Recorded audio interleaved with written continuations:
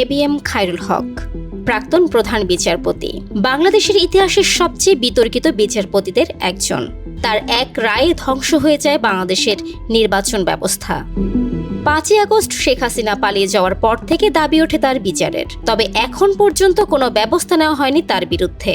গেল কয়েকদিনে তার বিচারের দাবি জোরালো হচ্ছে, তবে সর্বশেষ খবর যেটা পাওয়া গেছে, দেশ ছেড়ে পালিয়ে গেছেন বিচারপতি এবিএম খায়রুল হক।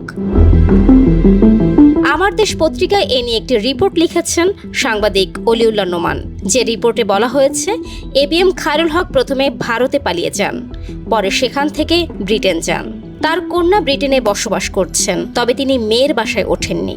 গেল কয়েকদিনে খায়রুল হকের বিচার দাবি করে একাধিক কর্মসূচি পালন করেছে জাতীয়তাবাদী আইনজীবী ফোরাম। এসব কর্মসূচিতে ফোরামের মহাসচিব ব্যারিস্টার কায়সার কামাল বলেন, খায়রুল হকের কঠোর বিচার নিশ্চিত করতে হবে, যেন ভবিষ্যতে খায়রুল হকের মতো কোনো বিচারপতি তৈরি না হয়।